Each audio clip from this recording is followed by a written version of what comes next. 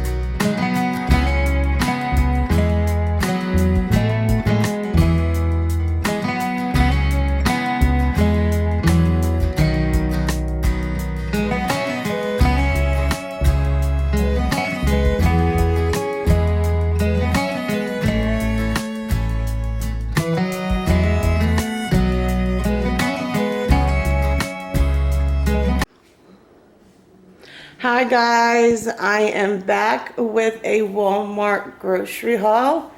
All of this food cost me $68.25. I have a gallon of milk, 2 things of chicken flavored stuffing, 2 packs of cream cheese, 60 eggs, 2 little packs of the crab meat. We have 6 Powerade Zeros, 2 in the blue and 2 in the purple. I got these 10-pound bags of chicken. Each one was $4.49. That is really good for chicken thighs. We got 1 thing of cookies. We got some seasoned French fries, and we got some battered mixed seasoned crinkle fries.